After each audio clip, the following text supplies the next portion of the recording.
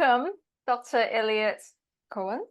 Thank you so much for doing this. It's been a few years, I think, since I first come to know you and trained with you in philosophical consulting, counseling, inquiry. It was a great experience for me, so it's a real honor to have you here. My pleasure. Mm-hmm. You have had a long and distinguished career in both academic philosophy and clinical work. Such a unique combination of philosophy and psychology, which I think is a convergence point that many people are curious with, and encouragingly so, many more people are coming to try and understand, do they overlap, do they intersect, are they compatible? But before we dive into all that complexity, would you mind sharing a little bit more about your own journey? What initially drawn you to this discipline and came up with your own school and everything? How did it evolve? Well, it was a persistent thought, that I had, that when I looked around as a young man, there were so many people, embroiled in conflicts and anger and wars and all sorts of unfortunate and avoidable turmoil. And it seemed to me that a course in Logic 101 could have ameliorated a lot, of confusions and disentangle some of the irrational thinking that led to these kinds of adversity. And so that was a constant theme. I also thought that value was always a function somehow of pain and suffering and the quest for happiness, and that we wouldn't have concepts like good and bad, or if indeed there were no sufferings and pains and pleasures and the like. And so these were constant themes. And even as an undergraduate, I was wrestling with these ideas and trying to develop some kind of conceptual framework. And that continued in graduate school at Brown University, where I studied under Roderick Chisholm, which was one of the most highly acclaimed analytic philosophers. But I was studying axiology, the theory of value, and looking for some connections there with these themes. And I was into what does it mean to say that something has value? What does it mean to say that something makes something valuable? These were conceptual questions, but they were, not directly head on with normative types of considerations, like what things are valuable, except for the fact that I saw that connection. And so when I graduated from Brown, my first job was at the University of Florida, and it was in the applied region, which I had not done much in applied, work. And this was in the medical school, Shands Medical College, and also the Holland was then the Holland Law Center. So I had a postdoc there, and was doing a bunch of stuff with more applied work, and I earned the title of being the hard humanist because I wanted to just do analytic stuff, and as it turned out that there wasn't much market for that, in the teaching field, because the students I ultimately started working with didn't really have a clue as to what I was saying. And it was What's that niche? Yeah. So I needed to do more applied stuff, and I looked around, and I noticed there was very little in the realm of applied philosophy, and so I'm quite surprised by that, actually. Yeah, I decided I was. This was an early time. This was pre-applied, before applied philosophy was much of anything. And so I decided I would start a journal called Applied Philosophy. And and you know, I couldn't find any work, you know, in it. And one of the first articles I published in it was an article that was against applied philosophy. It was entitled "The Immorality of Applied Philosophy." Oh dear. It suggested that when you dilute philosophy with practice, it deprives students of the rigor of philosophy, and it's immoral to do that. So, but that's what I published, and as it went on, more stuff started to crop up, and I was attempting to develop the literature in applied philosophy. This was the first comprehensive journal of applied philosophy in the world, so it was quite a milestone, I think. And Has it changed I now, do see. you think? Excuse me. Do you think it has changed now that Oh applied yes. philosophy Oh is yeah. becoming, Oh yeah. yeah. It's changed. It's changed remarkably now. I mean, Mm. applied philosophy is on the maps, but then it wasn't, and Yeah. there was considerable, opposition to it. All the chairs in philosophy at that time were dead set against having, applied mechanisms. So I've always seen a philosophical practice as an outgrowth of applied philosophy. And one of the first things I did in applied philosophy, well, this is prior, actually, I started this prior to founding the journal. Was again at University of Florida, where the shift was towards doing something that worked for students, and I had a grant to develop work in value theory and applied value theory, and so I ended up, my first book was a book called Making Value Judgments: Principles of Sound Reasoning, which came out of that. And after publishing that, I was working in that field, trying to make connections between this idea that people suffer because of irrational thinking, and trying to help them to do and feel better. And my wife, who was a graduate student at the time, was studying a guy by the name of Albert Ellis, and he was as Was she many in people. psychology? She counseling, and she pointed him out and said, a lot of stuff that I'm studying with him, it sounds a lot like what you're doing. And I was like, well, that's interesting. And so I started reading some of his rational motive behavior therapy. And for your viewers who don't know, Albert Ellis was the founder of cognitive behavior therapy, Exactly. CBT. There was no CBT before, really. Ellis, I know Beck is sometimes is also considered a co-founder, but actually Ellis was doing stuff before Beck. And so anyway, I decided I'd get certified in it, and I met Albert Ellis, and eventually started, to talk to him pretty regularly, and became his sort of philosopher on call for the center in New York. Oh, And really? Huh. yeah, and so we became friends, and he became a very strong, gave me lots of incentive, and endorsed my work, and wrote endorsements on my books and stuff. So it was kind of a meeting of Ellis and what was going on in psychology, and what I had been doing previously, that led me to this idea. Well, this is a kind of logic-based therapy. And that was the beginning of, when I started calling it logic-based therapy.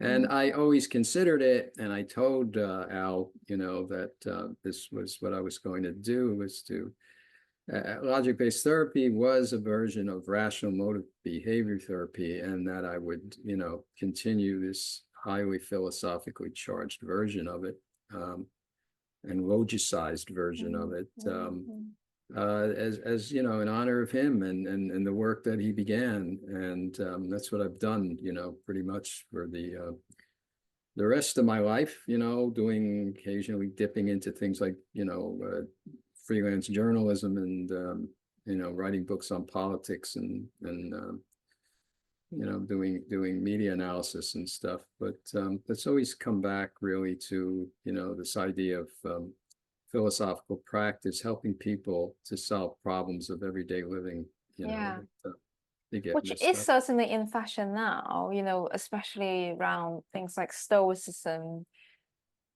It's really proliferating bookshelves, even amongst general public. Um, so, but I didn't know that back then you had to fight that battle. Yeah, it was an ongoing uphill battle. Ah, well, thank you for laying the ground for many of us to come after. So, I am very new to philosophy and I have very fundamental understanding of it. In my mind, they kind of broadly been separated into this whole analytic camp and a continental, kind of more postmodern, everything goes. I know it's a very simplified um, categorization, but would you say you lean more towards the logic analytic side, or do you pick sides, or do you have a leaning or particular interest? It sounds like the roots of it was very much rooted in logic. Yeah, and that's a great question. And coming out of grad school, I was the hard humanist again. I was the analytic guy, who just did analytic Amazing. philosophy. My colleagues wanted to do something different, and I was pushing against it. And eventually, what happened was I started to see, the wisdom of the continental philosophers and the way they did philosophy.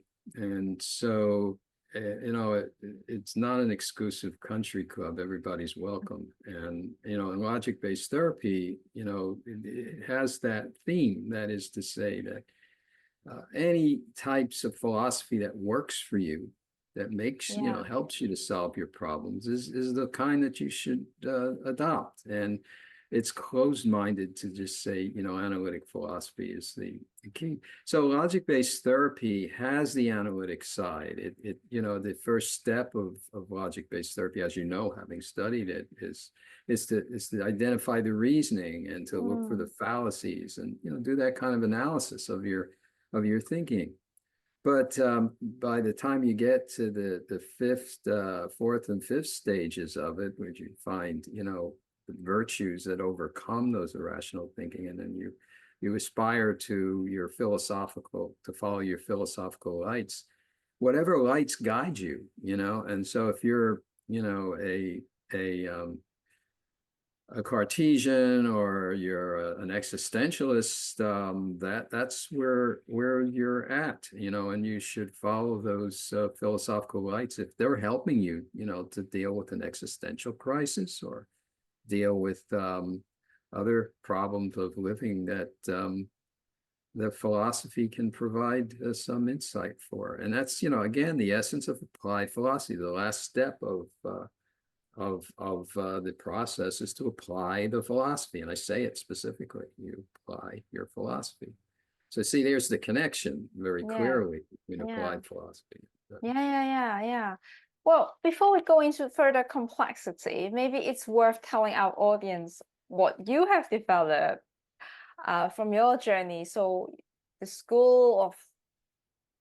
form of therapy that you've developed is called logic-based therapy. I think while some people might have some understanding of CBT or REBT, they may not know what it is, what's logic-based therapy. So I think it would be best if it comes from you to tell our audience what it actually is. What does a typical session look like? What problem would it help me solve?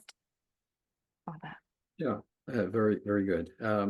Well, in CBT or REBT, which is the first of these versions of so-called CBT, the idea is that it's your irrational thinking and not the events themselves that cause you to be unhappy, that creates emotions like depression and anxiety and so forth. So, and this is an ancient theme, and it's one Albert Ellis was very much interested in the nexus between philosophy and psychology. He was the guy that's why I worked so well with him, because he loved philosophy. But this was his the keynote of the approach was, a Stoic concept. Epictetus said it's your interpretation, of the events that upset you. It's not the events alone per se. I love Epictetus.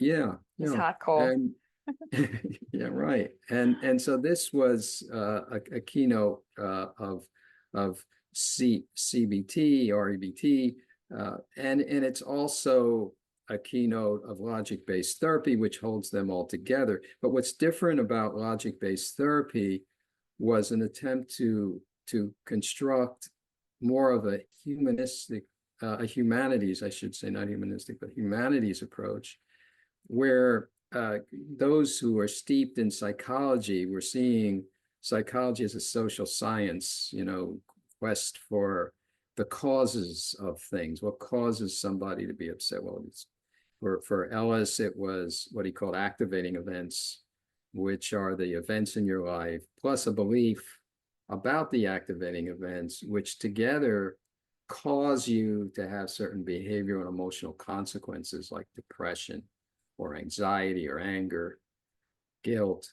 And in contrast, what I was looking for was a way of applying logic, not looking for causality, but looking for formal relationships between propositions.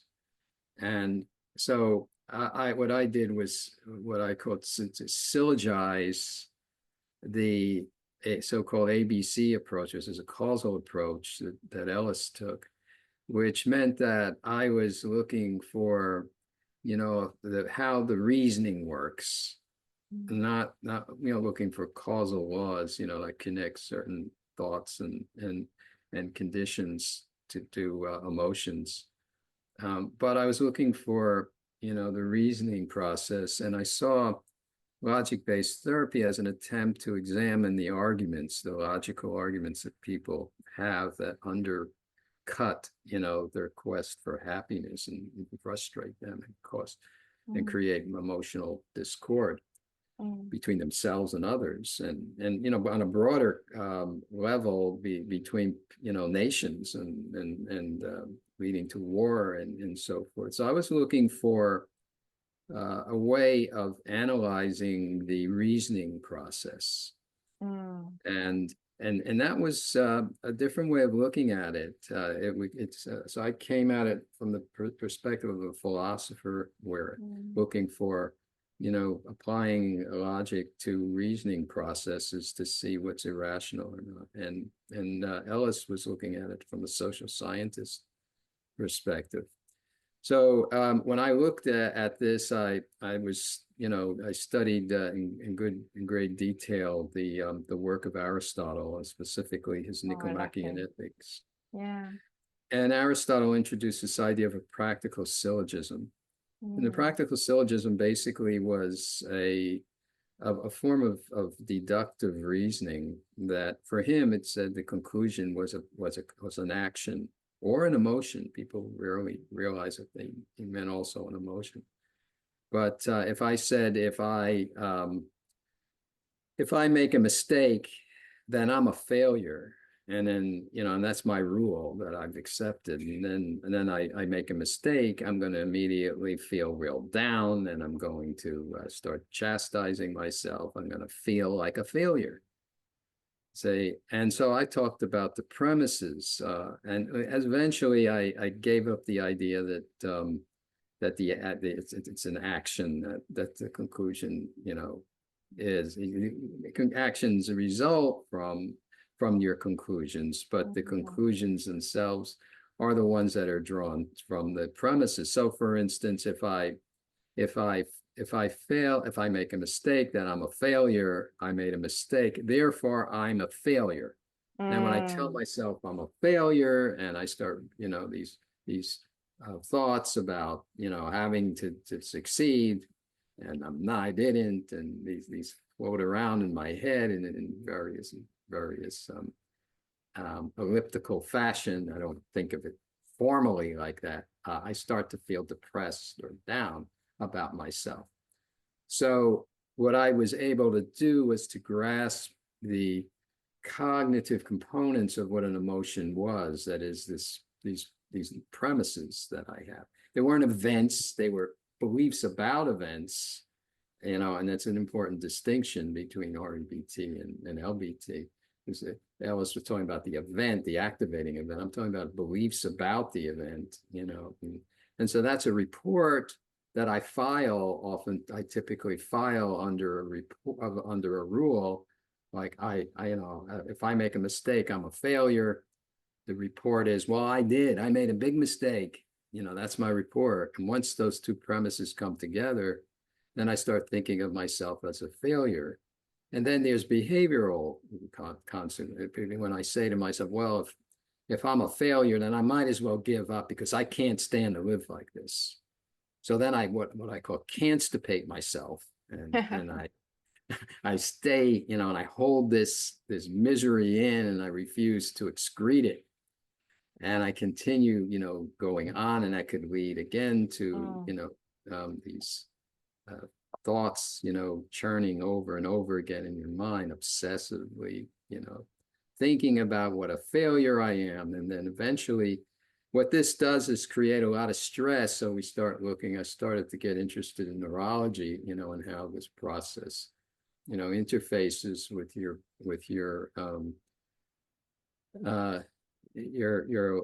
system, emotional systems here. Yeah. And ultimately what happens is you have the amygdala, that starts going off and sending all directions, to your hypothalamus, and that, sending neurological impulses to your muscles, and then also to your pituitary gland. And so you have this amygdala, hypothalamus, pituitary axis that goes off, and it creates stress in your body.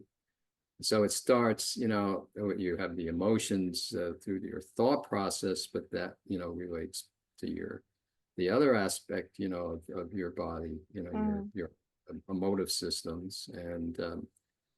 And that's what you call stress. And this can be exacerbated because the more stressful you get, the more irrational you start thinking, and you get these emotional loops and the like. So that's where LBT is at, and we've studied the connections between thoughts and emotions and feelings, and at a deeper level, when you start to look at what the syllogisms look like, there's different levels. On a logical linguistic level, it's, well, if I make a mistake, I'm a failure. I made a mistake, therefore I'm a failure. But at a phenomenological level, these are feelings that you're having, thoughts and feelings. I'm thinking of myself as having made a mistake. I'm associating that with this feeling that ultimately I express as being a failure. And so there's these connections, that build up between certain events in your life as you interpret them through your premises, and the way you feel, and then the way you act, and so logic-based therapy ultimately gives you, more than one level: neurological level, what's going on, neurological level, what's going on at a phenomenological level, the thoughts and the feelings that are connected, and then neurological linguistic level, where you're actually expressing this. And so that's the way it works. And my studies and studies of tons of functional MRIs suggests that the mind thinks in terms of practical syllogisms. There's certain parts of the brain, like the ventral medial prefrontal cortex, which is invested in this type of reasoning. Yeah. Well, you've half answered the next question, because the next challenge I was gonna have for you is that, well, you championed logic as a tool for navigating many life's complexities, including even existential questions. But there would be many philosophers, and I imagine artists and people arguing that, well, logic, I think in people's head, there are these clear distinctions sometimes between logic, reason, and Yeah. feelings and emotions. And so sometimes you would argue, well, it's just logic alone cannot bend my mind. So how does it account for the role of, say, intuition, emotion, or even the more irrational, quote unquote, aspects of a meaningful life? I think by mentioning the neurological link, you've half answered that. Is there anything Yeah. you would like to add on that? Yeah. It's been a criticism, not just of LBT, but of CBT in general, that it, deals with the thoughts, and not with, the feelings and the other aspects here. And as you get deeper into what, practical reasoning is, it's not, you cannot separate it from your feelings and the visceral aspects of it. Like I mentioned, it's called the limbic system, the stuff that I was talking about.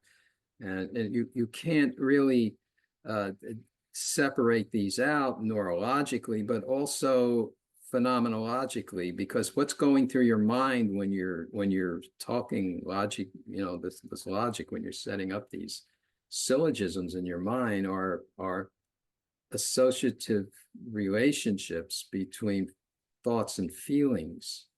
It's about feelings. I mean, when I say I'm a failure, I have this visceral gut, sense of it feels bad.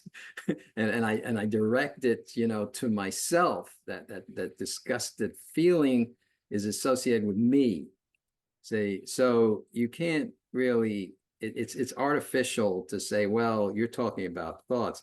If that's all you were talking about, and you said thoughts and emotions are separate, then you would be guilty of that mistake. But logic-based therapy doesn't say that. You can't separate these out.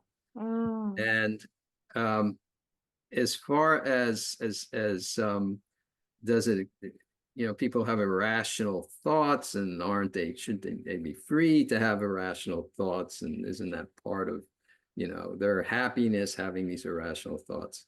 What if it's To an intuition? And intuition, yeah. Well, I mean, intuition is an interesting concept, because very often your intuitions, I really believe that people have intuitions. If you have a gut sense that something is wrong, for instance, oftentimes it is, but it's because, It's just someone thinking, isn't it? It's just your brain is doing very rapid work for you. So it feels like yeah. a come of a moment, but actually there's a lot of logic behind it. Well, just a little bit of neurology here. Basically, we sort of walk around with two types of brain. One is the one that I was kind of describing, but from a top to bottom approach. But but typically what we do is filter things from the bottom up. And so when you have an intuition, that's that limbic system working. Yeah. Because you have, the amygdala and the hippocampus store up certain memories of things that have happened, and even the feelings associated with it, stored. And so when you have an event in your life that seems threatening in some way, it's because somehow you're associating it. You see, and and this is all done unconsciously. So that's where the origins, I believe, of intuition goes. Yeah. And it's real. So your thoughtful brain needs to sometimes listen to that, more reptilian side. Otherwise, you can make mistakes. So go with your gut. I oftentimes tell my family members, go with your gut, because it's there for a reason. And yeah, so that's that I thoroughly agree with. And as far as, kind of like Fritz Perls, who said, lose your mind and come to your senses. I mean, can people just be irrational, and that's their style within parameters? I mean, logic-based therapy has these what it calls cardinal fallacies. And within the realm of these cardinal fallacies, for instance, just blind conformity to what others are saying will get you into trouble in the long run, and so forth. There's lots of room, for being quote unquote irrational, but I mean, if you don't care about messing up and ruining your life, then be as rational as you want. But logic-based therapy can provide, some parameters within which to operate, and it's quite inclusive. But many different lifestyles, and what John Stuart Mill called experiments of living. So, is open to, great diversity and tolerance for alternative lifestyles within very parameters. Clear. Yeah, very clear. Thank you. What, since I'm here to play devil's advocate, what some other critiques have you gotten about this kind of logic-based therapy? And yeah, how would you address them? Well, I think that there are those that it kind of goes back to what we're saying, that logic. Well, one criticism that I've had was that you're using a certain type of logic, and aren't there different types of logic? What makes you think that your logic is better than anybody else's logic? And the answer that I've given, to that was, well, we've researched, how the brain actually works. See, and because the brain works according, to these types of practical reasoning chains that LBT studies, that's the logic we run on. And there's certain things you can learn. I mean, if you try to develop a philosophical approach independently of how the brain works, it's not going to be very helpful. I mean, if you look at studies like Kant, Kant was talking about the categories of the mind, and how the mind creates and fashions reality and stuff, in terms of seeing things, in terms of causality and time and space.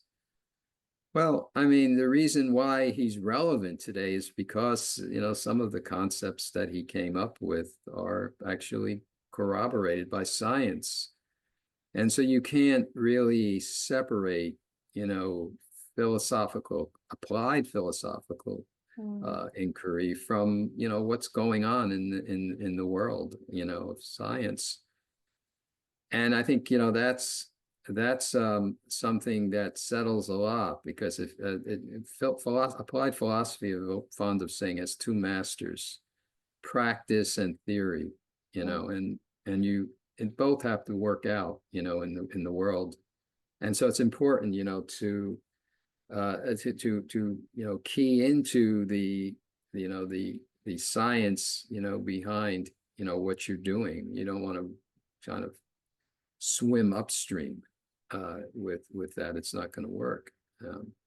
So we're constantly looking at, what the scientists are saying. And so the logic, and this is a work in progress. There's changes like introduction of so-called modal logic into LBT, the logic of necessity and possibility, especially useful in anxiety, because anxiety is all about possibility and uncertainty. So that's one criticism that I've seen, asked. I was doing a lecture in Romania recently, in the Academy of Sciences, and one of the people there brought that up to me, and that was the answer that I gave. I mean, it's the way the brain works. And so that's one. What other criticisms are there? That logic is limited. Again, I mean, the kind of thing that you were talking about. How would you address someone in existential midlife crisis with logic-based therapy, for example?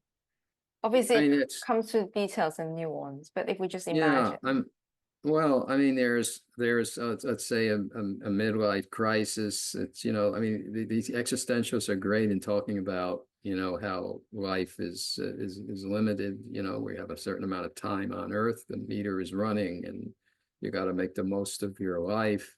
I mean, there's, you know, an existential crisis of somebody that's, you know, say middle age and thinking that, you know, they're missing out on stuff, and, you know, and concerned about, you know, not getting, you know, dying before they accomplish stuff. The, you know, existentialism is very useful, you know, and other people, you know, who are not doing anything, you know, with their life. Jean-Paul Sartre would say, you define yourself as a disappointed dream, hope, or expectation, because in order to be somebody, you have to take action, take constructive action. And so somebody who's sitting around feeling like it's useless because I'm going to die anyway. I've seen, you know, clients who have said, I'm going to die anyway. What's the point of even doing anything? And well, yeah, then you just simply define yourself as nothing. But if you try to do something with your life, you can make something of yourself. So what do you want to do? You know? Mm. So turn And it into something belief and action based, yeah, yeah, that's right. Because who adaptable. you are is what you do, you know, kind of thing. And so, you know, here, and I mean, we kind of come full circle because we were talking about, you know, like existential philosophy and analytic philosophy. And how could you not use existential philosophy when someone's having an existential crisis? So, you know, They're not the idea alone. here, the Mm. idea here is if somebody is, you know, who's has this existential crisis, we analyze their thinking, you know, if I'm you know, at mid age already, I'm closer to death.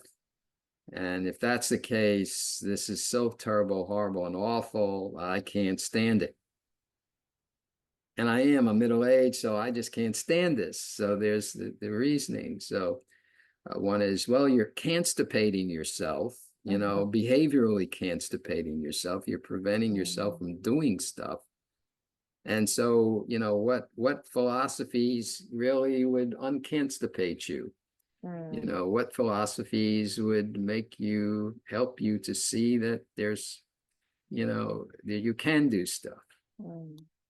And so the client answers that question, and it may be Sartre, like I said, that may resonate with somebody. Somebody else might, you know, see Nietzsche, you know, as a, you know, basically you're the creator of values. That's what you should be doing, creating values. And that might Mm. mean that might work for somebody. If you're very religious, you know, what would God, you know, how do you become closer to God? You know, by actualizing yourself, you know, Mm. be creating greater being by doing or you know, doing work that brings you closer somehow to God. And so LBT doesn't say which philosophy to embrace. It allows the client, you know, to uh, aspire to the philosophical lights that, you know, resonate for them. And so Yeah. that's where it goes. I hear you drawing out the belief and value behind the person's value system and then tackle it from there. Mm-hmm. Feels accurate to say. Mm-hmm. Mm. Nice. Thank you. Do you think I work a lot with very analytical, intellectually rigorous, and excitable people? Do you think it's a particularly fit model for them? Or do you think it just works with everyone? There are no particular better population to work with?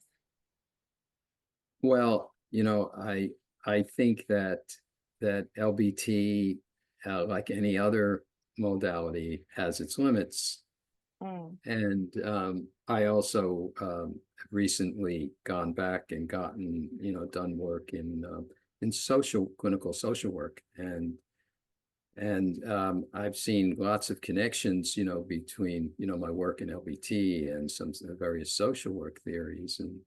And one aspect of LBT that it shares with many social work theories is the theory of empowerment. It has this theory of virtues that, you're capable of as a human being aspiring to these higher reaches of human capacity. You can be courageous, you can be authentic and have temperance and self-control and various other forms of human capacities, and you can continue to work and aspire to higher and higher capabilities within these areas. I think that's an extremely important aspect of LBT, and it appeals to a wide audience because people want to be empowered. People who are suffering, theories of empowerment. LBT is not the only approach, but it's eclectic enough to include them.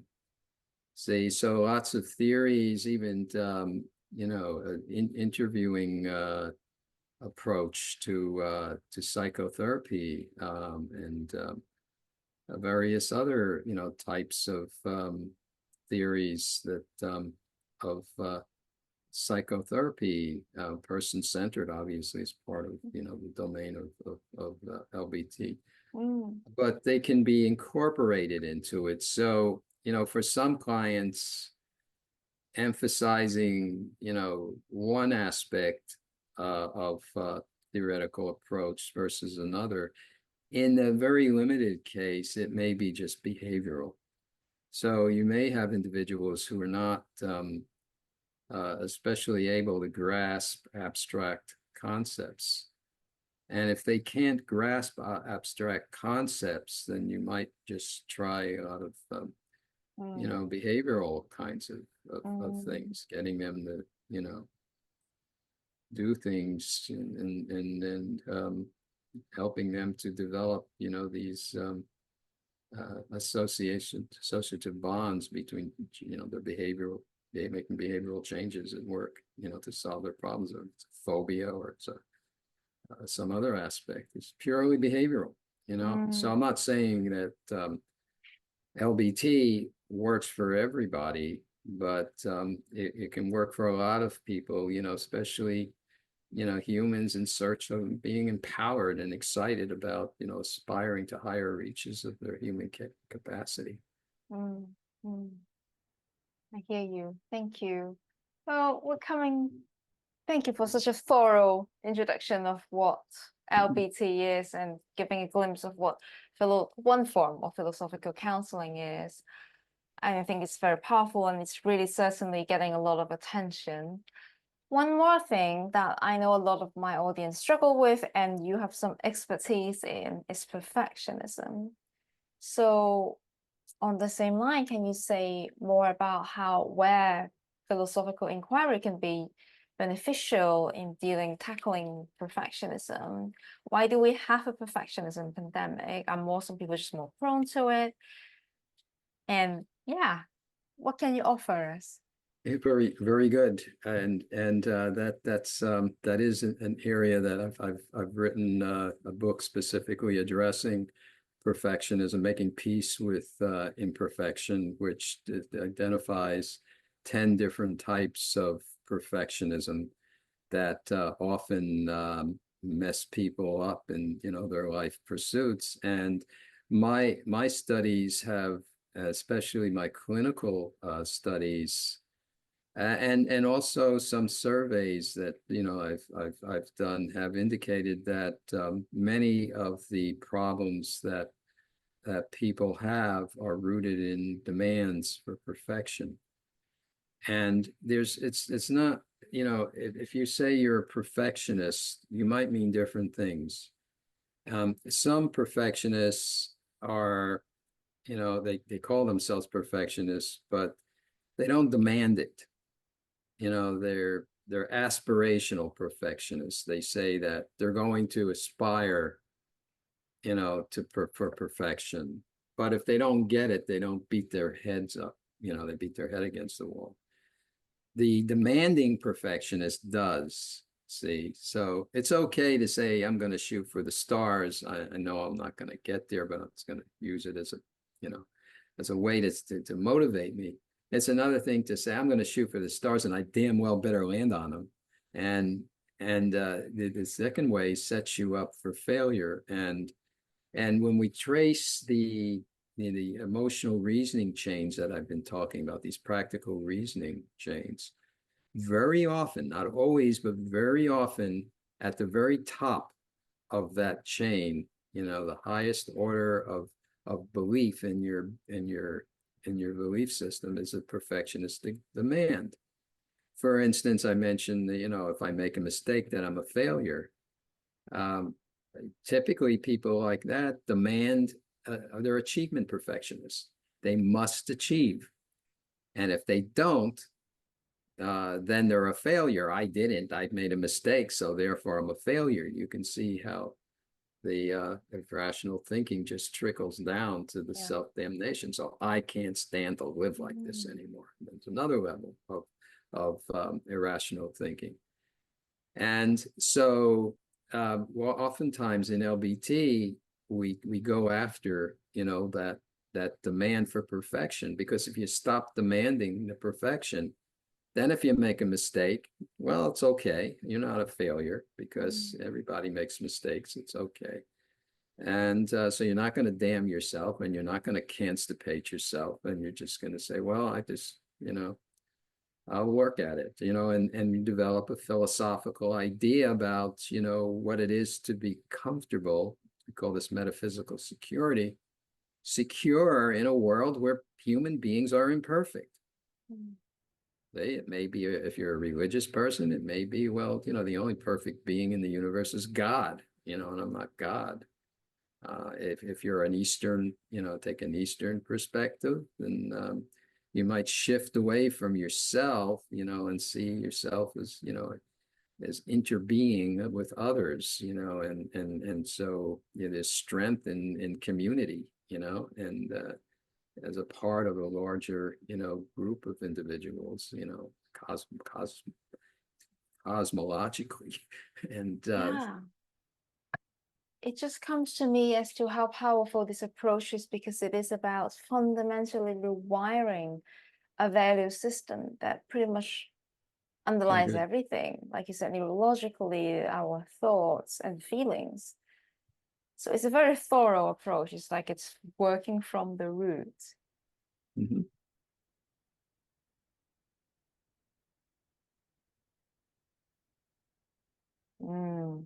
really a hopeful approach. How do you see the future for philosophical counseling and LBT specifically, both? Basically, where do you see the field heading in the next 5-10 years? Well, that's a great question. The association, the main association of philosophical practice in the United States is the National Philosophical Counseling Association, and it was I co-founded it in 1992, and the basis of that, it was then called the American Society for Philosophy, Counseling, and Psychotherapy, was to bring together philosophy and psychotherapy and get people talking on both sides, so we don't reinvent the wheel. That we're talking the same thing. My own history of what I was doing and what Albert Ellis was doing, and then when we started talking together, it helped to create the infrastructure for logic-based therapy.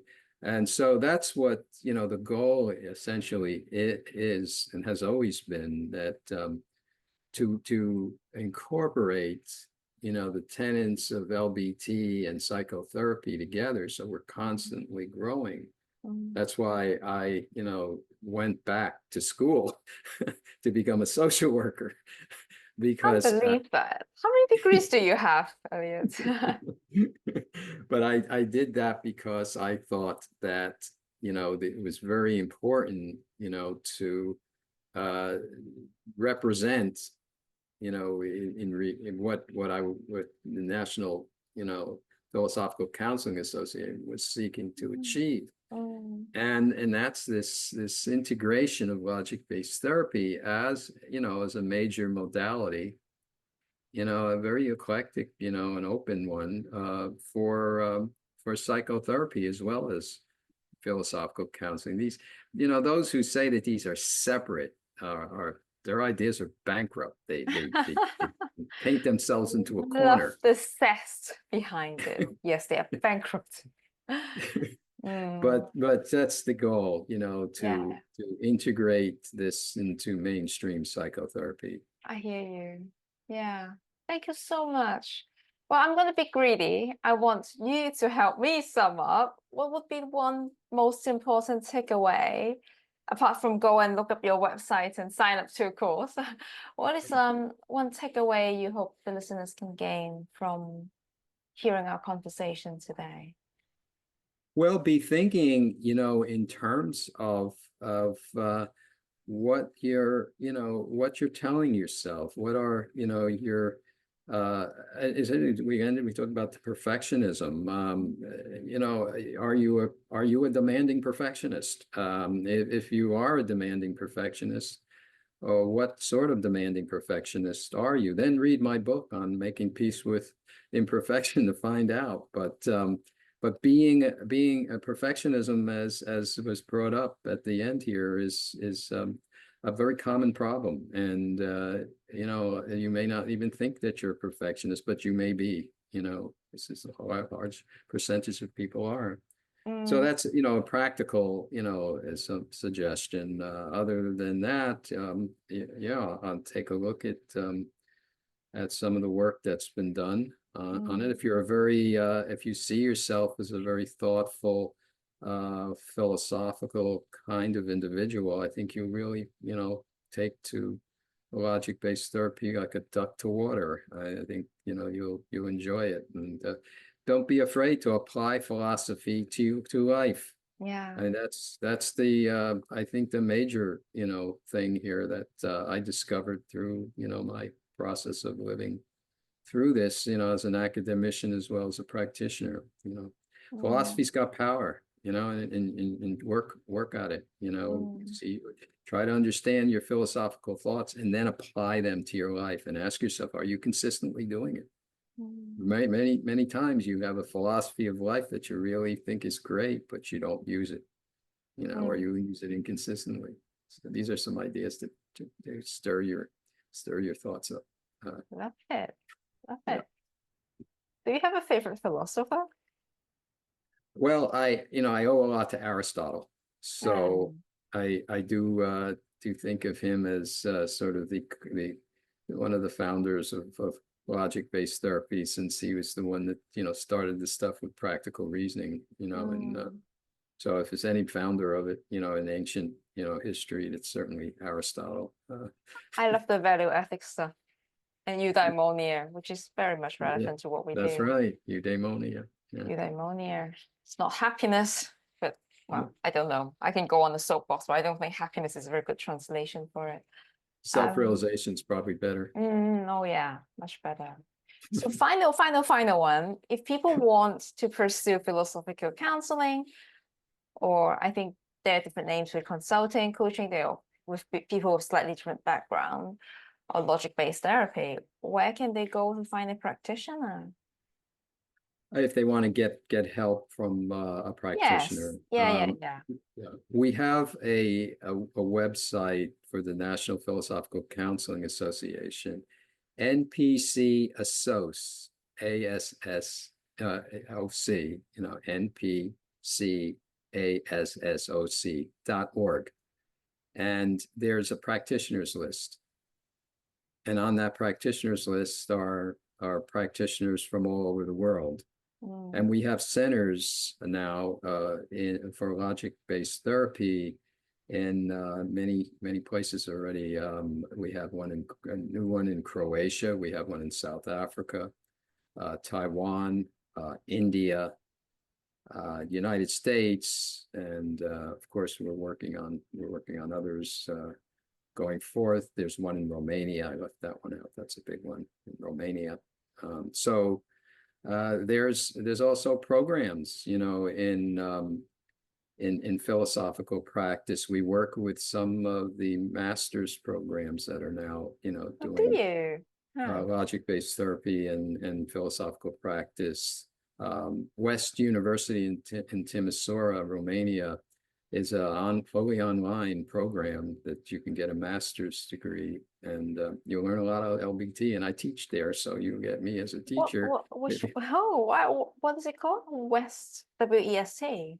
West, yeah, WEST University, Timisoara, Ah, hmm. Romania. Yeah. And Yeah. an interesting fact, philosophical practice, philosophical counseling is now a recognized profession in Romania by the government. The Romanian government has recognized it. So it's a very important precedent, and we're working in collaboration. Our institutes are working in collaboration with Romania to start, to settle the various standards, by which the practice is regulated. So Tempting. I just looked it up. It's the only English speaking one.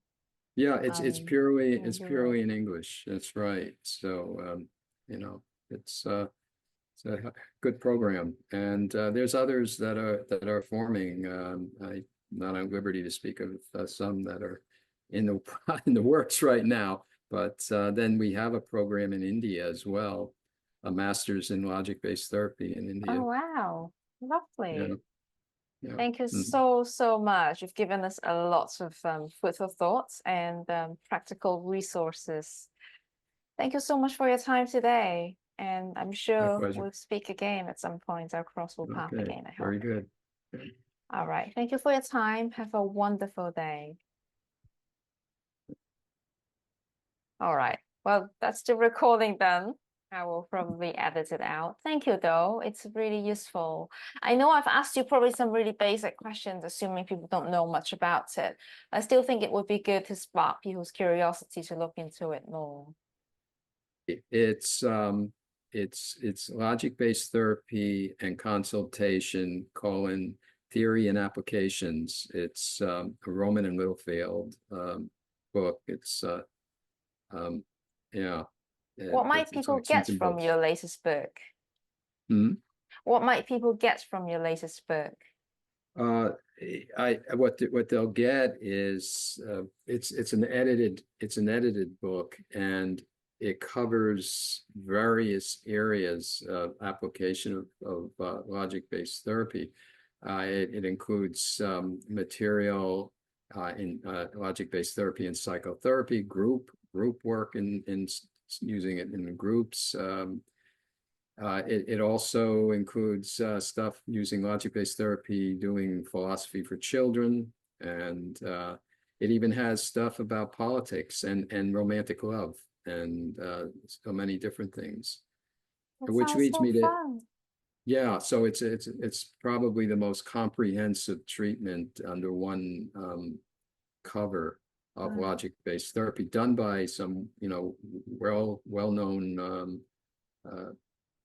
practitioners and theoreticians of logic-based therapies. There's a number of different essays in there, and they're all well written and well thought through. So I think your audience might appreciate that. There's also another book that's coming out in October. That's actually pretty much next month. This is already September, I guess. And that's a book on love, and it's are you making love or just having sex? Oh, I love And that. it's use of application of logic-based therapy to romantic love. And so for those who think that logic-based therapy is just a very formal approach, and they might want to read that to find out that no, it gets into the nitty-gritty feelings, Yeah. and experiences that distinguish love and just sex, and how they come together, and what are the conditions that can help to promote romantic love, enduring intimacy. Yes. Oh, certainly sounds pertinent, relevant, exciting. Thank you. All right. Well, I'm gonna let you go, but thank you once again, and let me know if there's anything I can contribute to this. Excellent. Very good. Thank you. Speak then. Bye. Okay. Stay in touch. Bye-bye. Bye bye. Bye.